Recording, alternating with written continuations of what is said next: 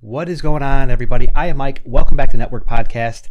It is Friday, May 28th. How's everyone doing today? So I am joined by my co-host, Holden DePardo. Holden, how are we doing? Doing great today. Doing great. It's been a busy week.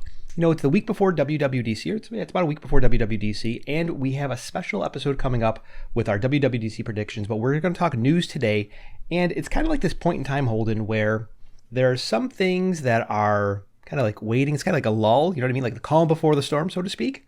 But we still have a lot to cover today. Holden, before we do, everything going okay? You doing well there? Yeah, absolutely. I got a new app to talk about too that I'm excited about. Oh, cool. Well, I can't wait to hear it. So first thing let's go ahead and talk about is, the iPad Pro. Now, I've had this device. It's a week today. The iPad Pro, I have the 12.9, and I'll be honest with you, when I think I was a little bit more excited at the beginning of getting this device than I am right now, I don't know if I'm really going to keep it because it doesn't have, I guess it's maybe not living to its maximum potential. And that's kind of how I'm thinking about it's like about wasted potential about the iPad Pro. It's really, as good as the display is, which, there's a lot of rumors about how the display is causing blooming, which is like how mini LEDs like light around the display. But it's missing something. You know what I mean? Like it's just not enough for me as a user. And I would consider myself a fairly advanced user. Like I have a pretty heavy workflow, but it's just not enough. I'm not sure, Holden, have you had a chance to, seen one, or have you read any of the articles about this? I have not seen one in person, but I have seen some photos you sent me of comparing the displays, even comparing the sound. It sounds like it sounds a lot better. It does. Than the other iPad. Yep, that is true. But I feel like I know what you're talking about, which is it's that hardware versus software distinction. Great hardware, but that software is just not living up to what this device is capable of. I mean, that thing is as powerful as my MacBook Pro. I mean, I have a 2017 model, but I mean, it's more capable in a lot of ways than my MacBook Pro, yet my MacBook Pro can still do so much more because of the software. Yeah, it feels limp. It feels like it has like a ball and chain attached to it. It's constrained, and I don't know if that's. I mean, it's obviously purposeful from Apple's perspective. Like they're not just like it's like they're designing products without having two parts of the company not talk to each other. But it's frustrating because it has so much potential to, I think, become more for many people, right? Opposed to just being serving a small group of individuals or a small group of users. Like the iPad, like I'm using it right now as a display. Like if you're watching the podcast with us here, I'm using it as a display here, which is, I keep looking down because it's the video of Holden and I, but I'm using it as a display, which is a great example of sidecar because it's very vivid, it's bright, but there's just not enough like here to, at least from my perspective, to say, okay, this is significantly better than my 2020 iPad, or even maybe the 2018, to say I need to get this. I feel that Apple, we talked about it last week, where they are. Where I am hopeful that WWDC will be the, they're going to unveil, the Grandmaster Plan for the iPad Pro, but I don't want to, keep a product or buy a product on what, on my ideal vision of how they're going to react at WWDC. It just seems like it's again wasted potential. All this oomph, like all this go. What's the saying? They say all show and no go, right? Like it just doesn't seem. Yeah. Which I guess kind of begs the question, like where does Apple think maybe the future of their products and their company is from a moving forward path? Like, is it in the iPad? Is it in the Mac, or is it maybe in the M1? Maybe that's the right answer. That's how they see it. Yeah, it's a great question to ask. And what makes this particularly interesting, I feel, is how Apple's incremental nature. They tend to slowly change things year by year. So when you look back at, like, if you look at the iPhone, each year the iPhone did not change that much. Yeah. But if you look back at the original iPhone to what we have now, like obviously there's a huge distinction between what that first device is capable and what it's capable of now. Even just looking back to iPhone 6, one that's really not even technically that far away. And I feel like iPad is in that incremental change, but it feels like it's happening slower than a lot of people are wanting. I mean, how long has it had the Pro moniker? Um, 2018? no, before that, I think the first iPad Pro was in there was a 9.7 inch, maybe 2016 or 2015, because I have Wow, yeah. I have a 10.5 that's from 2017. Yeah, and that's just what is the difference between that iPad Pro and the other ones in terms of like being more of a computer? Obviously, like Face ID, we have better Apple Pencils, Yeah. full screen. Like there are obviously, I'm not trying to say there's no improvements, but in that journey to becoming a more capable individual computer that could, for a lot of people, replace the need for a Mac, it's just not heading in that direction at a breakneck pace. And I'm curious as to why that is. I think it's probably so. It's a very good point that you're bringing up, and it probably has a lot to do with that. There's really no competition with the iPad Pro Yeah. from outside of Apple, right? The most competition that I would say that they have is from themselves and their other products from a price perspective, right? The $999 MacBook Air, the $1199 MacBook Pro, and with this iPad, you see them kind of bringing those pricing tiers closer to one another, right? Because now this is starting at $1099 for the 12.9 inch. But there is so much room for improvement from a software perspective, and I don't know if Apple feels it's necessary to move it down that path. I don't know. It's frustrating because as a consumer, I would love to use this little tablet that I have here. It's just great because it's conformable, right? I can take the keyboard on, I can take the keyboard off, I could use it with the pencil if I wanted to, I could use it in any number of different kind of contexts, and it's very powerful. But with the Mac, it doesn't have that same conformability, if conformability is even a word. I know what you mean. I get it. Yeah, I know, but it's disappointing, and I guess I want it to be more, and whether it is or is not, we'll just have to wait till WWDC, I guess. But still, even then, I feel like as a fanboy, I'm almost as an apologist saying, okay, well, it wasn't this year. They're slowly moving it forward. Like you mentioned last week, if we don't get Final Cut this year, we'll maybe get it eventually, or we'll get Pro Apps eventually, because it's all about these incremental steps going forward. But I'm impatient, right? I want it all now. I'm like Veruca from Willy Wonka. I want it now, Timmy. That's funny. I do think that your lack of competition is a great call out. Yeah. What's a good tablet in the Android sphere? Can you name one that would be really truly comparable to an iPad? I don't know many. Even the Samsung tabs, I don't think hold up because they're just big smartphones essentially. They're not tablets. You're right. I think the comparison that people often want to see, at least in what I've read in my comments, was, can you show us the iPad Pro compared to the new Samsung Tab S7? I think it's S7 or S7 Plus. That's because that tablet has an OLED display compared to the mini LED display that we see here. But from a functional perspective, I don't know if there's any competition for the iPad. That's highlighted by two things. One, the price, right? Because the price is not necessarily cheap. If there was more competition, you might see a little bit more, little more tension on that price where it comes down. And functionality, there's not really new functionality coming to the iPad that is, I wouldn't say that's not dependent on the ecosystem working together. You know what I mean? So like when you think about the first few years of the iPhone, there were significant changes each and every year because it was brand new and they could quickly iterate on the platform, giving people what they want. And there was competition, right? There was a lot of people or a lot of phone manufacturers at the time for Apple to eat their lunch, so to speak. But with the iPad and the iPad Pro, like Tim and team are sitting like in their office with their feet on their desk saying, you know what, we're going to make a different keyboard this year in a new color, or we're going to make a keyboard in a different color.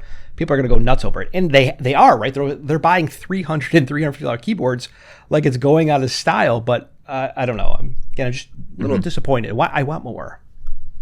I think the closest competitor, and I don't even really consider it that close, but is the Surface. I have a Surface. I like the Surface. I think the Surface is a great device, but it's much more of a Neat. PC with a touchscreen than it is a tablet.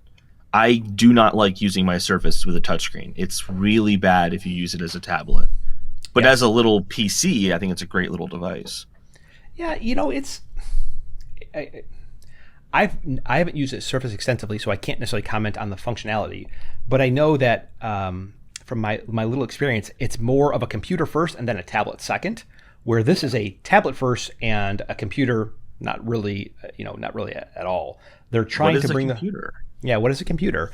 They're trying to bring those things together, but again, it's just not. It's not the speed that I expect from them. And maybe part of it is like you talked about there's no competition, and the other part could be they don't want to rock the boat, right? Where they have this product line where if they were to make abrupt changes to it, it might cause people to abandon the product for whatever reason. I don't know where they would go, but that's that may be a concern. But I would like to see more meaningful contributions to the ecosystem from a software perspective that I just don't see today. Tim, Eddie, I know you guys are out there. You hear me. Craig, help us out here. We want to see something better. Please deliver at WWDC. I don't know. But it is really hard to justify. And this is really echoed in a lot of the a lot of the people that reviewed it, whether it's the Wall Street Journal or whether it's online, people that reviewed the tablets, all about the hardware is amazing, right? It really is amazing, but the software leaves a lot to be desired. And I would say it's not very much different from my perspective. I do think it is a great tablet, but it's if you really want to do significant work and replace your PC, you kind of gotta have to jump through hoops, and I don't know. A lot of people don't like that. Yeah. I think for the most casual users, I think you totally could replace with an iPad. Someone who just writes a handful of documents, they do emails and text messages, social media, and they want to watch Netflix. 100% iPad is the computer for you. If you do anything like we do, which is like we're doing a video call through Ecamm, we're recording into Logic. I want to have Safari open in case we need to look up something in the podcast. Like I can't do any of that stuff on the iPad. I'm too afraid that if I swipe away from the video call, it's going to have like a paused screen via the FaceTime call, or it might take it out of memory or something like that. Like it's just. Those are the kind of things they need to fix. And with like 16 gigabytes of RAM in a high end, or really 8 or 16 gigabytes of RAM, like I think they can do all that stuff, no problem. There's really not a huge difference between an iPad and a MacBook Air at this point, minus the form factor. Yeah, you're completely right. The version that I'm looking at you on right now, this is the 16 gig version. It's a 1 terabyte of storage. It's like ridiculous. It's the cellular model or the LTE or the 5G model. I mean, it is super expensive. And it costs the same amount as my 13-inch MacBook Pro. But when you look at like what can you do with each of these devices, they are drastically different with not a tremendous amount of overlap, which is again kind of it's kind of frustrating, right? That's I think maybe that's the thread. It's frustrating. It's frustrating. One question I have, and I don't know, but I'm curious if you've insight on this. Is there a difference in the M1 chip on a Mac versus an iPad in terms of the clock speed or how fast it's running? Like, have you seen like benchmarks like Geekbench comparing the two? Like, are they exactly the same? Are they tailored differently so there's enough of a distinction where you'll get more performance out of a Mac still? I don't know. I genuinely don't know. Yeah. So I think the comparison would be more close, or would be closely to the MacBook Air because it's a fanless design, right? So if you look at but no, I have not seen those benchmarks, and I have not done that part of my kind of review yet. But I guess overall, that's a very good question. So do the benchmarks, do the performance, is it drastically different from an M1 looking at the MacBook Pro, MacBook Air, even the Mac Mini? I would imagine that they have different constraints on each one of those, and there might be small things, but I would say probably they're largely the same. That would be my assumption going into it. Yeah, absolutely. Mine too. I was just curious if there was a distinction. Yeah, no, not that I know of. So I think that's my opinion at this point. There's still some things I want to go ahead and I guess verify and validate from a workflow perspective. The one thing I don't know if we've talked about this. Thunderbolt 3 is like frustratingly slow on the iPad Pro, where Interesting. yeah, like it's severely handicapped. Where I can get like, you know, 1 gig per second on my Mac transferring files. I'm getting like 300 megabytes per second on the iPad Pro. And I did a whole bunch of Yeah, it's super interesting. I did a whole bunch of like reconfiguration of my drives just to make sure that they were optimized for the iPad, like make sure it's running APFS. It's not on any certain like Windows formats. But I did all that. I wiped all the drives, and I still got consistently about 300 megabytes per second read-write speed, which is, I'm like, wow, that's kind of like, it feels broken. Like it's intentional that they're limiting this throughput on the iPad Pro. Because I could take that same drive and plug it in my Mac, and like I said, I'm getting a gig per second read-write speeds, which is, it's 3 times as much. Yeah, well, it's like Thunderbolt 3 means something, and Yes. this kind of takes away from that. It'd be like having 5G on an iPhone, but when you're on 5G, the speeds are cut down to 4G levels. Like, okay, well then it's 4G. It's not really. It might have a 5G radio, but to the user, it's 4G. Yeah, which I'm hopeful. Again, I don't want to put all my eggs in one basket, but I'm hopeful that the limitations maybe on the software side, where they have not enough headroom in the OS to write files that fast, because maybe that was never the intention, and maybe in iOS 15 or iPadOS 15 we'll see that actually change, right? Like maybe there's something where like, some memory controller where they can't write files or read files that quickly. So who knows? Yeah, maybe. And maybe even this year you'll see more like cross-pollination, to use some kind of like douchey business term. You'll see more cross-pollination of architectures and libraries from Mac OS into iPad OS if they're going to start sharing more of those kind of fundamentals.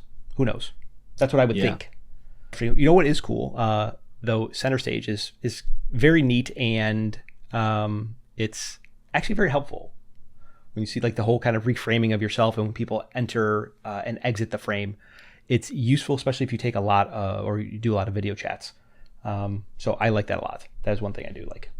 Holden, anything that you want to add here to the iPad Pro? No, but I did have just a small thought when you were mentioning the file systems. Maybe that's one change we do see is Finder comes to iOS. Like they kind of revamp the Files app and make it much more robust. And not necessarily changing the way that iPhone handles like files in the background, but just kind of changing the presentation of how it does handle files and making it more similar to how you would expect Finder to work on a Mac. Yeah, because there's still the sandboxing. I'm saying not getting the sandboxing, obviously, not having this like centralized file system like you have on a Mac. But making it more presentable to someone and more approachable to someone. Because right now, Files is very much just, here's your stuff in iCloud, here's your files per application. And maybe they can kind of pretty that up so it is more familiar to someone who's used to using a file system like on Finder on a Mac. Yeah. So you bring up a really good point. The process, or the way that people interact with files on their iPad or their iPhone it's a stark difference from what it is on the Mac. And maybe one of those kind of shared not resources, like one of those shared technologies that you would see from the Mac to the iPad would be improving Finder. Because you're right, Finder is is Files on iPad. It's like when it was first introduced in iPadOS 13, you're like, oh wow, this is really cool. They're going to push this forward. Maybe it was not. It was maybe iPadOS 12, but it needs to move forward in order to be more robust and to be actual, I think, functional. Like there's so many things that you can't do inside of the Finder app or inside of the Finder ecosystem that really need to be overhauled. Mm-hmm. Yeah. If they're going to make the iPad more of a computer replacement, I feel like that's kind of necessary. Yeah, I would agree with you. I would agree with you on that. And that, they only have so much time and so many people and so many resources to do all this. it would be very interesting, to say the least, to be a fly on the wall and saying, okay, well, we need to do this first, and then we need to do this, but we can't do this yet. We need to wait till 2022, and then there's this other consideration of the M1X or whatever they have. So that would be, I think, a lot of fun to be sitting there when they're doing these planning meetings regarding these technologies. Fly on the wall. So nothing else that you want to add there, Holden? Just making sure. No, that's it. Cool. Is it your coffee? Is it just like a regular coffee? Is it drip coffee? Is it cold brew? What are you drinking there? What's your poison of choice? Oh, it's I don't even remember the brand of the coffee it is, but it's just like it's 2/3 caffeinated, 1/3 decaf, and then just milk. Okay, that's it. Okay, that's a respectable mix. I like that. Too much caffeine and I get jittery and. Oof. Yeah, tell me about it. Yeah. Tell me about it. Wait till you have like a family and kids. Wait, hold on. I should want to be clear. I'm not trying to push like social norms on you. If you don't want to have a family and kids, that's your call. But I'm saying if you have a family and kids, it's the amount of caffeine that you need to operate is significantly higher. Yeah. No, I've seen my dad. I have two brothers that are 9 and 15, and I've witnessed it without having to do it. Yeah. So the next thing I want to go ahead and talk about is WWDC. WWDC, as we said at the top of the show, is next week. It's June 7th through the 11th, so it's about a week from now. And Apple just released announced kind of like what the schedule is, or the framework for the schedule, just the other day. So June 7th at 10 a.m. Pacific time, Apple is setting the keynote, which maybe if history is going to be our guide, it's probably pre-produced and it's not necessarily live. But then, which is going to be broadcast on, I think, Apple.com, and also there within the developer app, you can stream it from there. But also new this year, there is the Design Awards. They call them just the Design Awards, which is also going to be streamed. That which hasn't been, I guess, traditionally streamed in the past. They have over, I think, like 500 sessions, and they have new things bringing on this year for the developer community to help with, I guess, bring people in as they want to design their apps. I think that WWDC is a great resource, not just for developers, but for not just people who cover it, but for if you want to just learn more about computing and how it works and how apps work. I'm excited again for the content itself.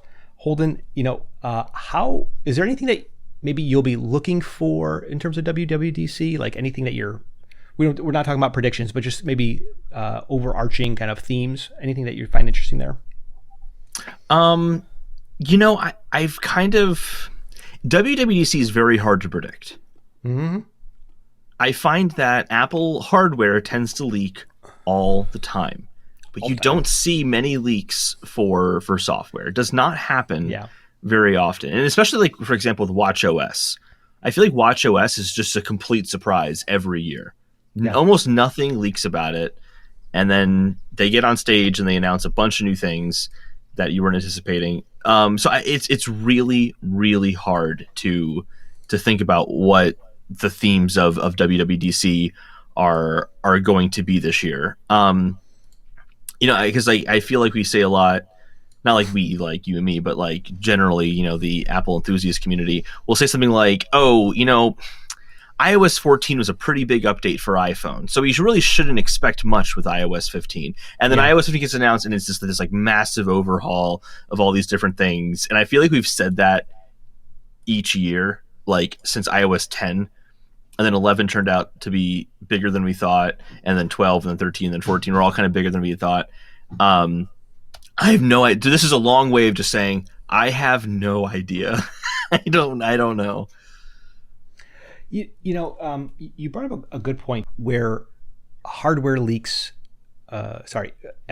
leaks for hardware tend to be more abundant than software leaks. And I think that's interesting because there's so many things that there's so many things that Apple cannot control.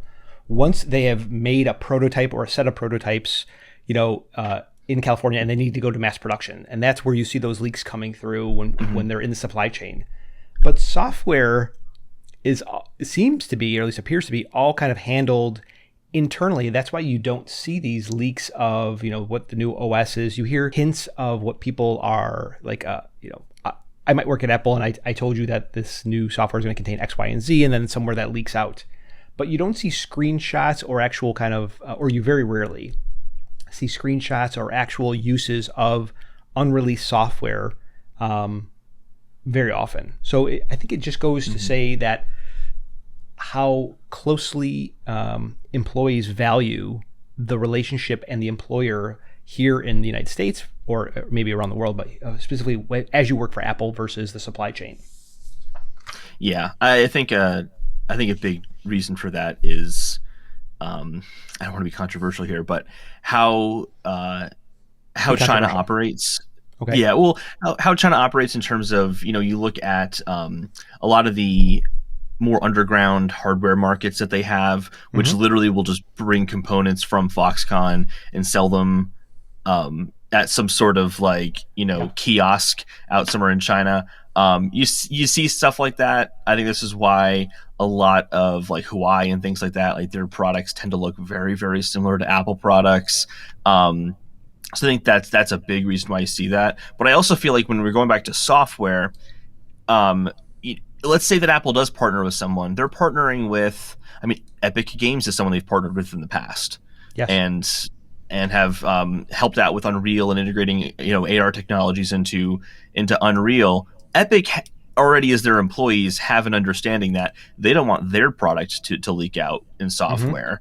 So there's like a mutual interest there, where they're kind of both scratching each other's backs. Yeah, there's a shared set of ideals that they both bought into, that we're working on this product together, and we want to make it the best that we can be, and we don't want to ruin everyone's hard work that they've contributed to the project or the product so far by letting it leak out early. We want everyone to be surprised by it. I feel both hypocritical, where I like reading rumors because I'm like, oh, I want to know what this is, but then I'm also like, I want to have some of the surprise. So there's like during iPhone season, I try and stay not superficial. Like I want to know kind of directionally what it is, but I don't want to know, because there's magic when they're on stage talking about the new iPhone, right? There's just something about it and the way that they position it, and it's not just the iPhone, but it's all of it, where I still want to be surprised, so to speak. Absolutely. And I feel like that surprise nowadays does kind of come from that hardware. So like an example of this, I think, is iPhone cameras. We'll get like some sort of leak about how there's a third camera this year, and we're like, oh, but what are they doing with it? We don't know what they're doing with that third camera, because that's all software. That's in the software that's interacting with that. So we get to speculate on that, and that's kind of where that magic comes in. But you're right, like we kind of have an idea of the framework of an iPhone beforehand. But this is, going back to WWDC, this is what makes the Worldwide Developer Conference so exciting for me, is it's kind of all new software. Yeah. I think we'll be watching WWDC very closely in the next coming weeks and throughout the summer, because there are many times year in year and year out, where the things that they talk about in the keynote, right, is just the very tip of the iceberg, right? There are so many things that aren't, in the keynote that you find in software by doing like this snooping or investigative work.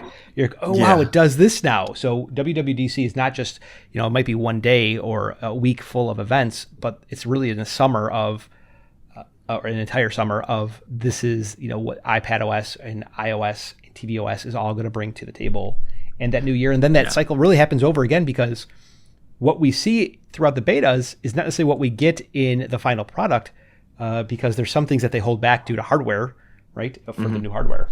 So you get those data mines of, oh, they reference iPhone 13 underline 1, and there's also underline 2 and 3. So are they doing 3 iPhones this year? You kind of start to see those kind of things, which is cool. Or like, oh, there's new Apple TV in the code they haven't mentioned before. Siri remote was leaked this way. Yes. You're absolutely right. Anything else that you want to talk about in terms of WWDC? Lots to talk about, but we'll save that for our WWDC episode. Yeah, cool. The next thing I wanted to go ahead and maybe just kind of graze the topic, so to speak, is that Sony talking through that they want to bring PlayStation gaming to, or PlayStation IP, sorry, not gaming, to the iPhone in late 2021. And I think the article, I saw another article that says March 2022. And the reason why I think this is important is you and I have this, you especially as someone who loves gaming, and me, someone as a casual gamer, have this like infatuation / love-hate relationship with gaming mobile. At least I know I do, and I think you do as well. I do, yeah. I think it's very interesting, and maybe if I were reading this article and were to ask the question, when do I think Apple would come up with their own game controller? I would say before the end of the year now, because if I think about Sony bringing their games, their IP to the iPhone, they're going to work exclusively with, or they're going to work optimally with the DualSense controller or the PS4 controller. Now, that's a really great way of differentiating your content, your IP, from everyone else's content. You know, there's this this Backbone One controller, which I still love. I love it. I play with it all the time because I play games on my iPhone all the time. I think Apple would want to do the same thing, and this type of move would, to me at least, signals that Sony is not the only. They're not the only, chef thinking about how to differentiate and get more money from customers by kind of expanding their current reach outside of their platform to other platforms. I'm very mixed on that. I was just kind of poking around, so I was looking away. I was just looking at the article. I'm very mixed on this because there are mobile games that I really love. Like, I love Threes. Threes is a fantastic game. Very good game. Monument Valley, very good game.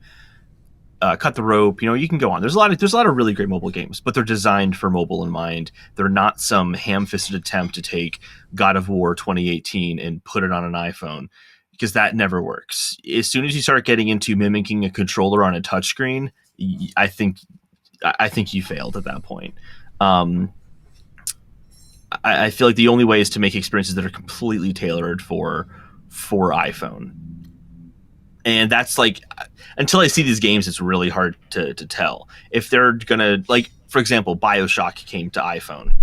What a mess. I don't want to play BioShock that way or on an iPad. And I get you can plug in a controller to it, but at that point, I don't know, like, at that point, it doesn't feel like an iPhone game to me. Yeah. So it just depends on what happens. Yeah. So I think in the example, I wonder if this is Sony bringing games to the Apple, to the App Store, or is this some way Sony talking about streaming content, maybe through a progressive, PWAs or progressive web apps, and you being able to then play the game like maybe something like Stadia, kind of in concept. I don't know. Like it seems very interesting that there's more people, because we know Microsoft, they're currently doing xCloud. I don't have that one because I don't have an Xbox, but like the PS Remote app it's a great experience, for at least I think so, when you're playing either on your iPhone or on your iPad with that. So it's interesting how they're going to do this. Yeah, and those apps are great because, like, taking PS Remote Play, I'm traveling, but I still want to jump in and play some of my PlayStation 5 games. It does the haptics now, so I can experience all that stuff. Like, that's all great. I feel like here it is like adapting games and their IP to mobile is kind of what I'm feeling. And so,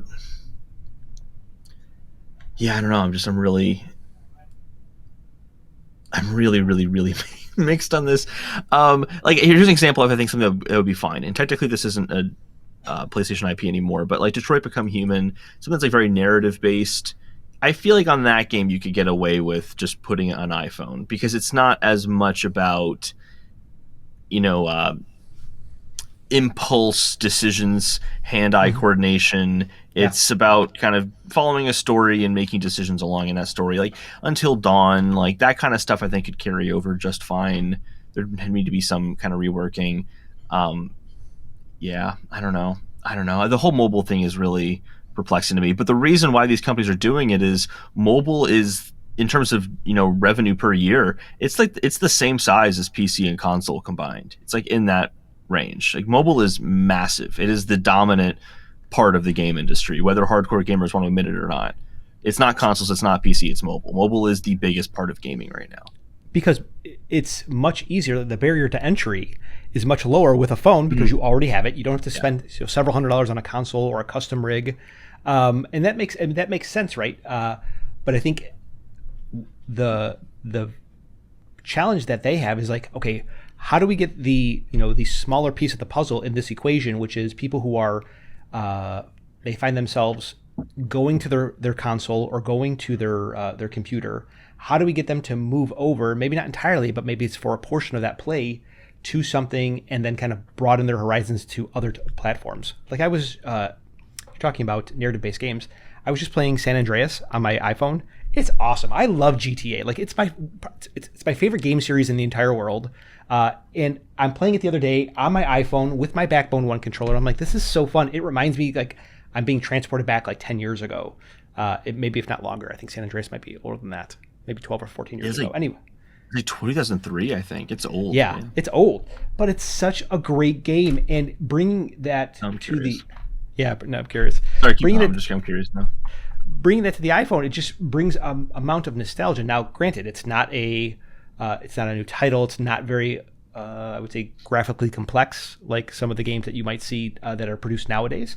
But still, it does give the developer, right, Rockstar, the ability to capture more revenue because that game is not free. It's $6.99. I'm maybe not as pessimistic about this as you are. I am optimistic. I say that's probably kind of who I am as well, but I look forward to this and see how it kind of materializes. And I'm not saying that you're pessimistic, like you don't think it's going to materialize. I look forward to it because I want to be able to play a wide range of games. Like I really wish they would bring Animal Crossing to the iPhone because that would be, to me, that would be like amazing. Like I'd love to play Animal Crossing on my iPhone with my Backbone One controller. Nintendo, do me a favor here. But I know it's never going to happen. You can play Pocket Camp. What's Pocket Camp? There's an Animal Crossing Pocket Camp is on iPhone, and Is it new? It's been around for a little while. It's not the same thing though. It's not. Okay. It's not New Horizons. Oh, it's not New Horizons. Okay. Yeah. So yeah, like that's just me though. Anything else there? No. I mean, I totally get where you're coming from, and it definitely comes from just my how I view the video game industry. Like I am much more of a console player. I appreciate those kind of games. That's what I think of when I think of games. I acknowledge that mobile is bigger than console and PC, but I definitely look at this from a console player's perspective. I remember when the iPhone came out and you had games like Super Monkey Ball and all that kind of stuff coming to iPhone, which that was a great game, by the way, on iPhone. Really, really good game. And I remember getting into pretty vigorous debates with my dad because my dad was one of those people saying consoles are dead. iPhone is going to take over, consoles, and people are going to play all their games on iPhone. And I'm like, Dad, it's never going to happen. Like, it's just never going to happen. And I feel like what's so interesting about this is the different perspectives on games and what they can be. And like for someone like me, it's about buttons and joysticks, and that's how I interact. And I know I can get the Backbone controller and all that kind of stuff. But a lot of people don't see it that way, and it is changing things. But what's interesting is how it's kind of become fragmented now, where you have a pretty clear distinction between a mobile game and a console game, whereas you don't see that in, say, magazines versus novels or YouTube versus, movies. You're still interacting largely the same way, which is turning the page of the magazine, turning the page of the book, watching a screen with a YouTube video, or watching a screen with a movie. People will watch YouTube on their TV nowadays, whereas on gaming, you do have this like huge distinction. And it is just very different segments of the gaming community. Sorry, that was a little long tangent. I find it interesting. No, you're right. I do think so. What you're saying is that the way that people interact with games is not dramatically, but there are differences when you are playing with a platform or a computer versus on a mobile game because of the abstraction of I need to be able to hold my phone. Now, this is a way to adapt that abstraction or to remove that abstraction. I do think that it does exist in maybe not necessarily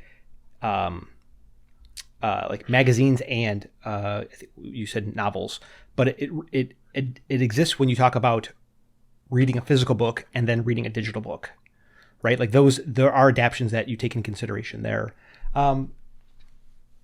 I don't know if, when you talked about your dad and you having this discussion about how your dad thinks this is the future of gaming, which is, it's kind of funny. It's like, it's the reverse position I thought you would be in, because he's the older person and you're the younger person. Like, I could like admit, like, okay, boomer, like why are you taking that position? Like it's very much like an establishment. Like this is the way it's been. It's always going to be this way. And then you end it with dad. Like, it just seems like it's kind of a weird, you know what I mean?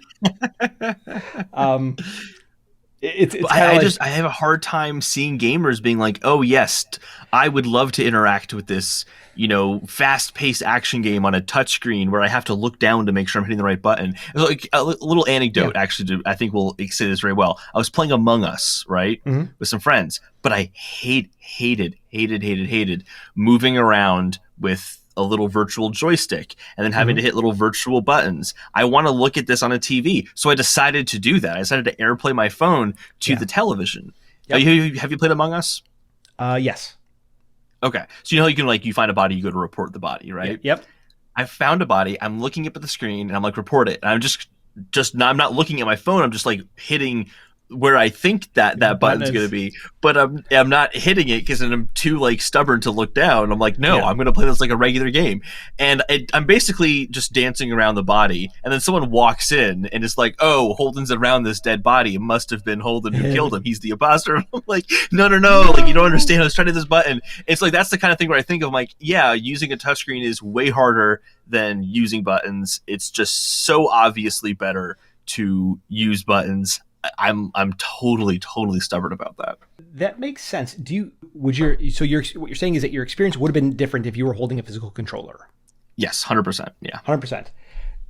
When you play the Nintendo Switch, do you play it handheld or do you broadcast? Like yesterday when we talked, you were playing it handheld because you're sitting here talking to me. Yeah. But do you normally put it in the cradle and play with the I was gonna say the jog sticks, the Joy-Cons?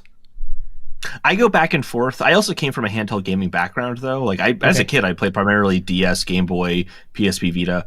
I guess I wasn't a kid when Vita came out, but you get my point. That's different for me because it has physical buttons to it, and they're never going to put physical buttons on an iPhone. Therefore, no game developer can really make a game for an iPhone that requires physical buttons. Another way of looking at it, I'm a big Rubik's Cube person. I always have Rubik's Cubes with me, and I'll never use a Rubik's Cube app, though, because part of using this is the muscle memory, the clickety-clack, the tangibility of it. I could never solve a Rubik's Cube on an iPhone and have it be a pleasant experience, ever. Because of the abstraction of the physicality of it. Yeah. Wow, interesting. That is very interesting, Holden, and I respect your opinion. I do disagree. I would just say that, but that's okay. That's fine. That's fine because we can disagree. Yeah, exactly. You must play the exact same games and feel the exact same way that I do. Yeah. Is Chad the same way? Like, do you guys have a shared perspective? And so maybe Chad is your co-host on your podcast. Do you guys have the same perspective? I don't want to speak for him, but I feel like we would agree on the tangibility of buttons. But Chad definitely has appreciation for mobile games. Like, I like threes. I like mobile games like that. Chad is a huge Pokemon Go fan. Okay. Cool. So I don't think either of us hates mobile games. I don't hate mobile games. It's not what I immediately think of when I think of games. I don't want to say he probably thinks the same thing, but I don't want to speak for him, even though I totally just did.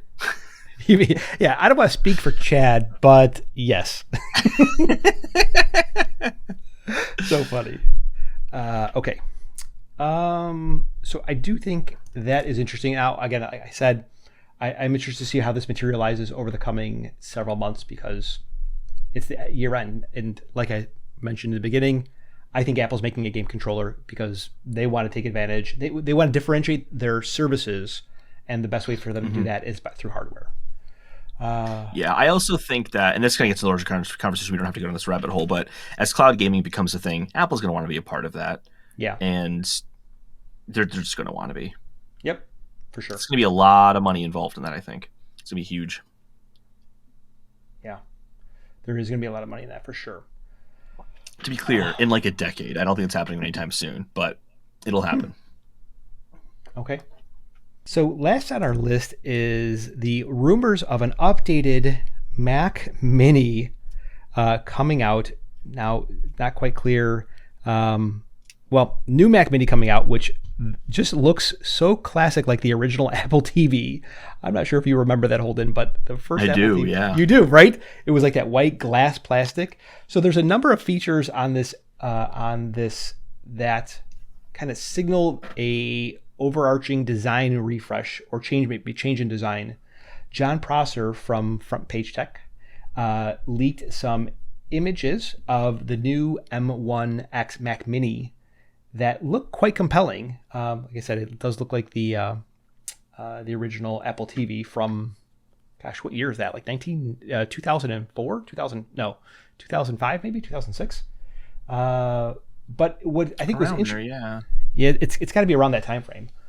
What is interesting about this is that there's really this is the expansion of the number of ports that are on the device. So just from a refresher perspective, every M1 device that you can buy today that is a computer, like a Mac Mini, MacBook Pro, is limited by the number of Thunderbolts that you can have on there. So there's only 2, which really put pressure on creators, people that buy these devices, to on the number of things that they can, I guess, connect to their device. So this is the first device that we're seeing here that has 4 Thunderbolt ports, along with 2 USB ports and an HDMI port. Now, I don't know about you, but I love my Mac Mini, and I've never owned one before. But this is actually just is interesting that Apple is changing the design language of their products, where it seems to be a little bit more futuristic, like the iMac, right? The iMac is without a doubt an iMac, but it looks very unique and drastically different than their previous kind of design language that they had for their computers. And I think this is another example of that. I just want to get your thoughts on what you think of the design language and the change, not necessarily the specs themselves. I absolutely love the design itself. I think it is awesome. I think it looks way better than the current design. The current design is nice, nothing wrong with it, but it is very, very minimalist. And this maintains the minimalism, but it like elevates it. Yeah. What I think is interesting. It's really clean. It's super clean. What I think is very interesting, a couple things here. So it has the magnetic power adapter here that you see. You can see my screen, correct? Yep. Cool. It has this magnetic power adapter like you see on the new iMac, but what I think this render fails to kind of observe is that the power adapter is now responsible for carrying Ethernet, but there's still an Ethernet port on here. So I don't know if that's just a mistake or if that's just if that's actually how it is. I honestly have no idea. But this is just look classic. I'm looking for the first iMac or the first Apple TV. That was before like Apple TV was even a really good device, honestly. But that was a beautiful design of the Apple TV for sure. Yeah, it still had a spinning hard drive in it, which was kind of amazing. Yeah. That's how old the design is. Let's see here. Yeah, it was like 500 gigabytes, and it was much more of a media hub than it is this, access data from across the internet. Yeah. Like if you see this oops, I'm clicking on the screen share, not on the actual image. It's so funny. Oh, I can see it, yeah. Oh, I see, yeah. I was clicking on my screen share window, not in Google. They look very similar, and maybe this is Apple's attempt to be nostalgic like they are with the new iMac. I don't know. I do like the design, and I am interested in seeing it, in person. Hopefully they come out with it, whether it's at WWDC or at the end of the year. Who knows?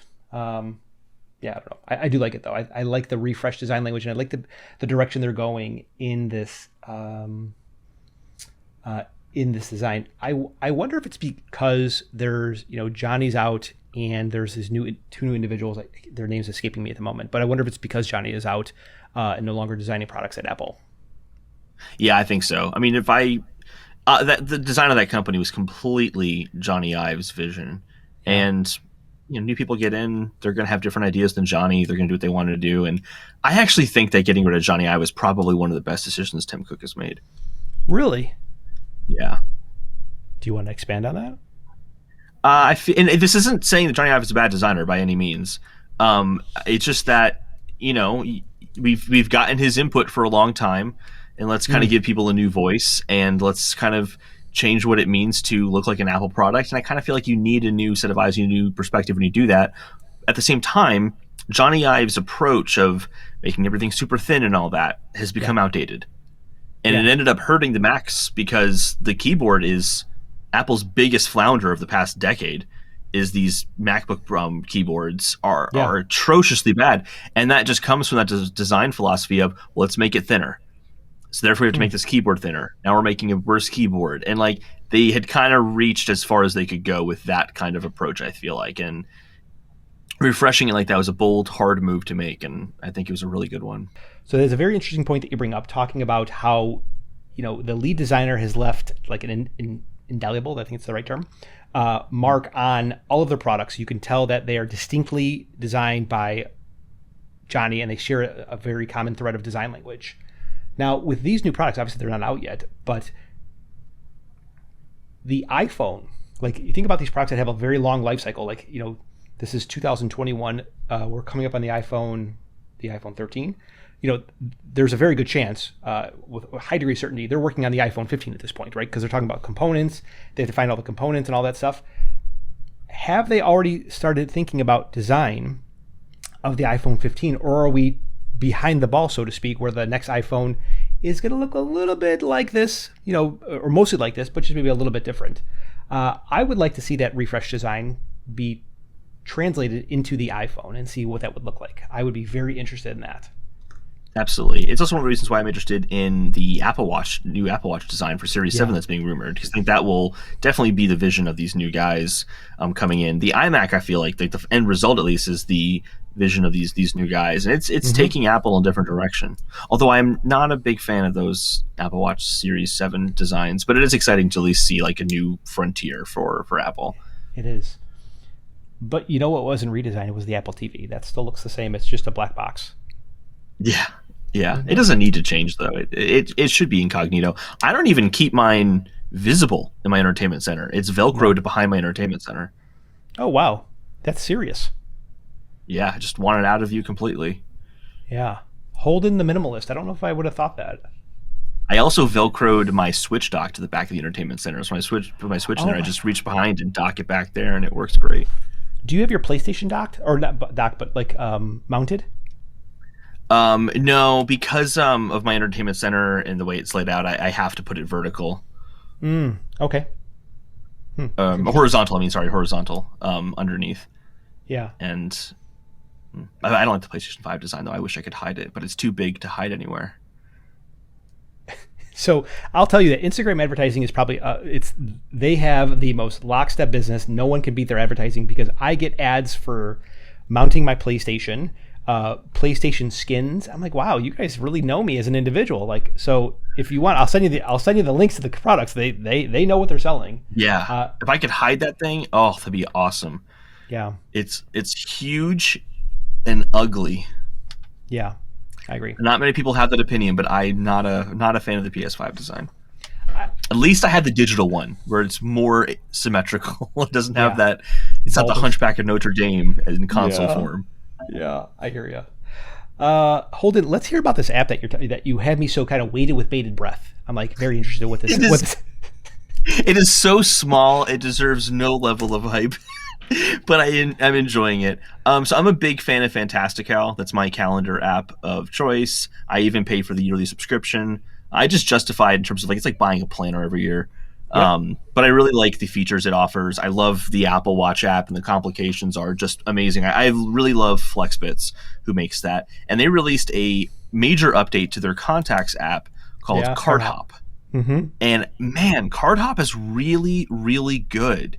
It's not this like revolutionary, approach to contacts, but it's really clean, and it offers a good amount of utility, I think, in a few ways. Yeah. Like you can set up widgets that are completely customized where you put a certain set of like contacts that you want on there and what you want that button press to access. So if you want to access, DMing them on Twitter, you can do that. If you want to have it going to a FaceTime audio call, you can customize it however you want. So hit that button, it does whatever you want. It syncs across all of your devices. So there's an iPad version, a Mac version, an iPhone version, and it takes from Fantastical the ability to keep your contacts in your menu bar. So you can just click on Card Hop in the menu bar, and you just see the list of all your contacts, or you can choose which folder you want it to show. And then you can type in there as well whatever command you want. So you can just say FaceTime Michael, and then it will start to FaceTime call you right from the little like search bar at the top of your contacts app. It's just really clean. I really like it a lot. But there's one feature that I wish Apple had implemented in their own contacts app. This makes so much sense. Go ahead. Let me set up the problem for you, and then I'll offer their solution. The Contacts app lets you put in all this information about yourself, from your phone numbers to your email addresses, your work email, your social media handles, your address. You can put in, like if you use Siri nicknames, you could have like your mom, your dad, your brother, your sister, your grandma, like kind of listed there. But then you go to say, hey, send me your contact card, send me your information. And it's like, well, I want to send this information, but I don't need you, Michael, to know who my grandma is in my contacts. Yes. Like, it is too much information sending these people. If I'm sending someone a business related contact, I don't need it to have my address and my personal emails. I just want it to be my work emails. So what Card Hop does is you actually make different business cards. Yep. With different purposes, and then you can share those out to people, and you choose exactly what information you want to be on that business card. So if you want it to be just your phone number, you can do one that's just your phone number. If you want it to be your phone number, your social media handles, your email address, you can send out that one instead. So I made kind of a different versions of my contact card that I would like to send out. That is awesome. I can't stand sending a contact card to somebody and having it send everything in there, because I like having all the data in my contact card, but I don't necessarily need to share that with everyone. I don't need everyone to know my home address. I don't think that's too much to ask. Like, hey, let's work on the school project together. Let's trade numbers. By the way, this is where I live. No, thanks. I don't want to do that. So I did download Card Hop the other day because I, like you, subscribe to FlexBits. But I didn't set up the shortcuts. This is what I was just doing when you were talking about it. I'm like, oh, wow, I didn't even know that. And that is really cool. Mm-hmm. What I think Apple kind of struggles with, there's this kind of like V card where, this is me and here's my contact information. Apple's feels like they're just scratching the surface with it. And they've never done a tremendous job of kind of addressing this.